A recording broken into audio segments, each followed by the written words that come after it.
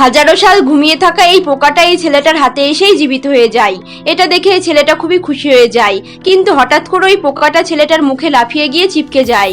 আর তার পুরো পরিবার এটা দেখে খুবই ভয় পেয়ে যায়। আর ওই পোকাটা ছেলেটার মুখে এখনো চিপকে ছিল।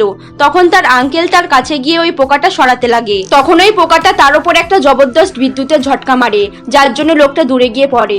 তারপর পোকাটা ছেলেটার পেছনের দিক দিয়ে তার পেটের মধ্যে চলে যায়। তার পুরো পরিবার খুবই চিন্তায় পড়ে যায়, কারণ পোকাটা তাদের কারোর সাথে কিছু করেছিল না, শুধু ছেলেটার হাতে এসেই ওটা জীবিত হয়ে যায়। তখন হঠাৎ করে পোকাটা তার পিঠ দিয়ে বাইরে বেরোতে থাকে। তার চোখ অদ্ভুত রকম হয়ে যায়। তারপর পোকাটা তাকে উঠিয়ে ছাদের সাথে চিপকে যায়। আর তখনই তার পুরো শরীরে এক অদ্ভুত রকম আগুন বেরাতে থাকে। সে যন্ত্রণায় চিৎকার করছিল। তার পরিবার ভাবে তার মধ্যে কোনো ভূত ঢুকে গেছে, কিন্তু হঠাৎ করে তার পুরো শরীরের ওপর একটা নীল শুটের মতো হয়ে যায়। ছেলেটা কোনো সুপার হিরোর থেকে কম লাগছিল না। তো বন্ধুরা, পার্ট 2 এর জন্য কমেন্ট করো, আর এরকম ভিডিও আরো দেখার জন্য চ্যানেলটা অবশ্যই সাবস্ক্রাইব করে রাখো।